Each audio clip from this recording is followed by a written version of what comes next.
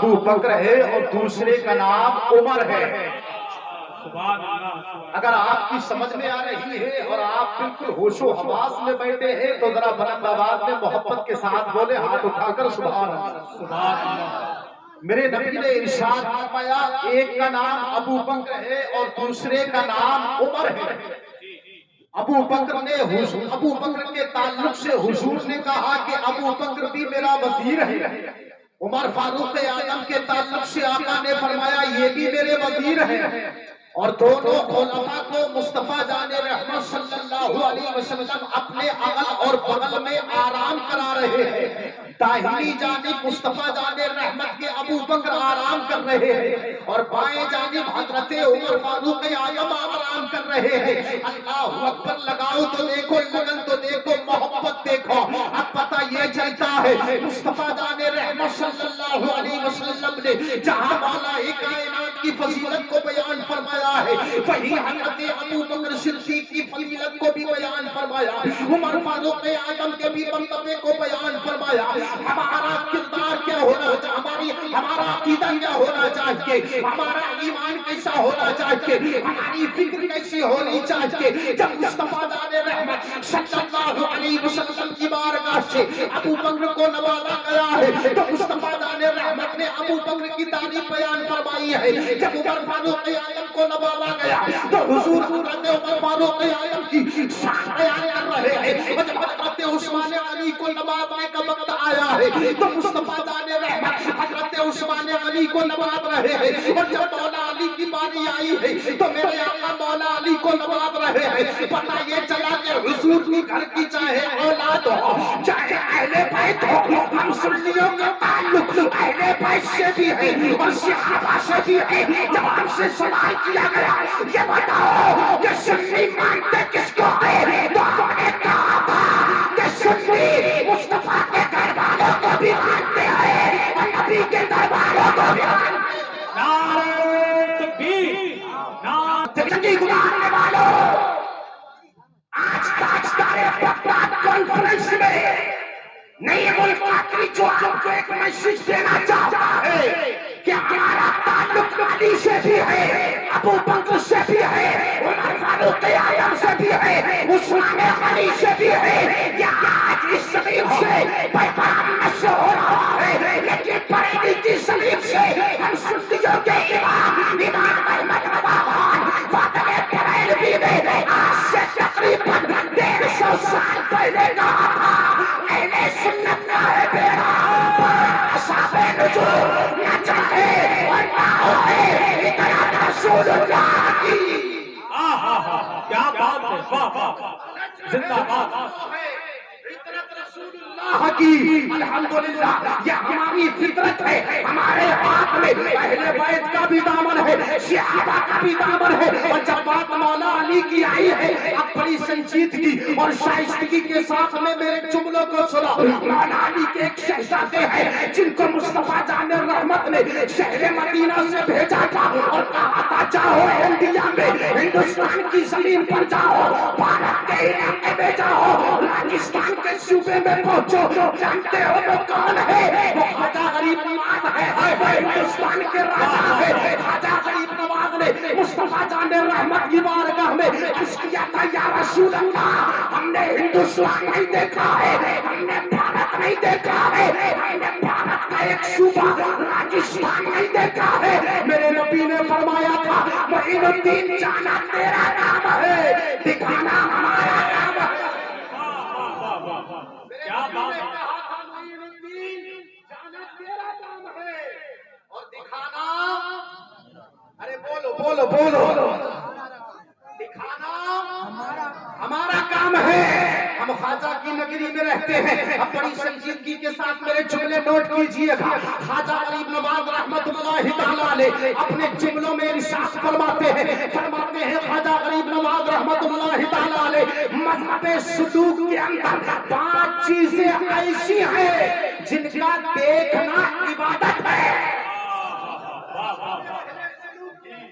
5 چیزیں ایسی ایسی ہیں جن کا دیکھنا عبادت ہے. اور ذرا غور سے سنیں, خواجہ کی نگری میں رہتے ہیں, خواجہ کے انڈیا میں رہتے ہیں, خواجہ کے ملک میں رہتے ہیں, خواجہ کے بھارت میں رہتے ہیں. ہمارے باپ دادا پر احسان ہے خواجہ غریب نواز کا, ہماری زندگی پر احسان ہے خواجہ غریب نواز کا. اب پتہ یہ چلتا ہے کہ جب خواجہ غریب نواز کا احسان ہمارے باپ داداؤں پر ہے, ہماری زندگی پر ہے, ہمارے ماں باپ پر ہے, تو آج ہم کسی کے باپ کی نہیں مانیں گے بلکہ خواجہ پاک کی مانیں گے.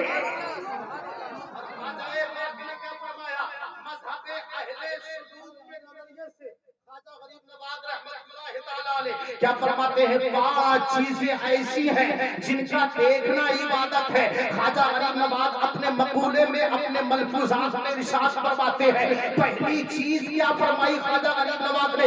فرمایا قرآن کا دیکھنا عبادت ہے. سبحان اللہ. بولو بولو بولو.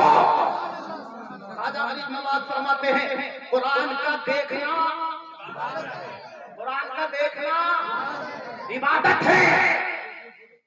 مذہب اہل سلوک کے نظریے سے جی قرآن کا دیکھنا عبادت. بے شک. آپ مجھے بتاؤ ہمارے گھروں میں کتنا قرآن کو دیکھا جاتا ہے؟ جستان میں لپیٹ کر قرآن کو رکھ دیا جاتا ہے. گرد کس قدر اس کے جستان پر آ جاتی ہے.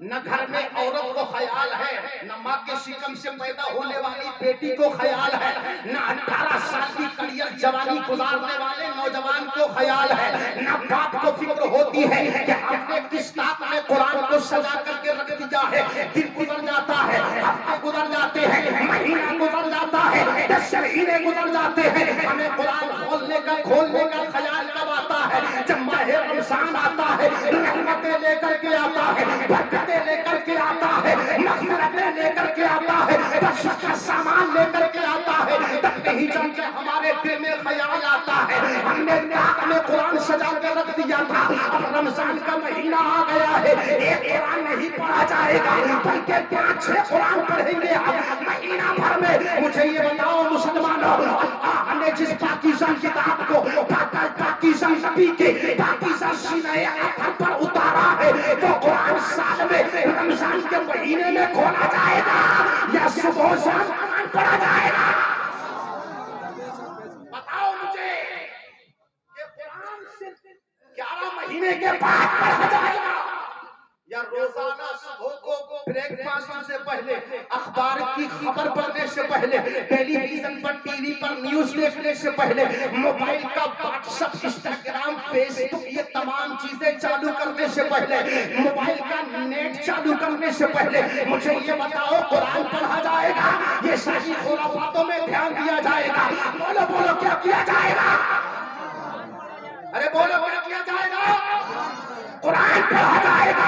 اور جب قرآن پڑھا جائے گا نا تو کسی بابا کے پاس جانے کی ضرورت نہیں ہے, کسی فقیر کے پاس جانے کی ضرورت نہیں ہے, کسی تحفظات بیچنے والے کے پاس جانے کی ضرورت نہیں ہے, کسی میاں کے قریب جانے کی ضرورت نہیں ہے. آپ کو تحفظ کی ضرورت نہیں ہے بلکہ قرآن کی تلاوت کی ضرورت ہے. میرے مصطفیٰ فرماتے ہیں جس گھر میں روزانہ قرآن پڑھا جاتا ہے اللہ پاک اس گھر میں رحمتوں کی پانی سے کہتا ہے اور نحوستوں کو دور فرماتا. نعرے تکبیر, نعرے رسالت, فرمان مصطفیٰ, عظمت قرآن, تاجدار بغداد کانفرنس, مسلک اعلیٰ حضرت. واہ. ہند کا دوسرا فرمان سنو.